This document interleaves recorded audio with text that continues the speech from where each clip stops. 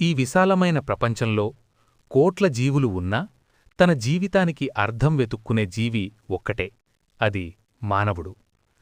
మానవుడు కేవలం జీవించడు, ఎందుకు జీవిస్తున్నానో ఆలోచిస్తాడు, గతాన్ని గుర్తుపెట్టుకుంటాడు, భవిష్యత్తును కలలుగా కడతాడు. ఆలోచనలే అతని ఆయుధం, అవే అతని భారం. మానవ హృదయం విచిత్రమైనది. ఒకే మనసులో ప్రేమ ఉంటుంది, కోపం ఉంటుంది, త్యాగం ఉంటుంది, స్వార్థం కూడా ఉంటుంది. ఈ విరుద్ధాలే మానవుణ్ణి చేస్తాయి.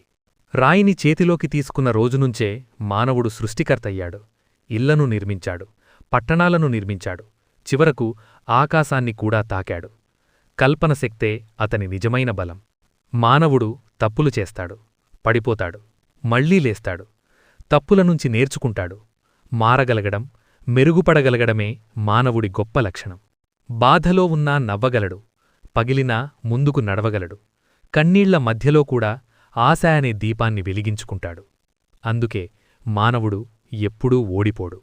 మానవుడు అంటే బలహీనతతోపాటు శక్తి, భయంతోపాటు ధైర్యం, చీకటితోపాటు వెలుగు. ఈ విరుద్ధాల సమ్మేళనమే మానవుడి ప్రత్యేకత.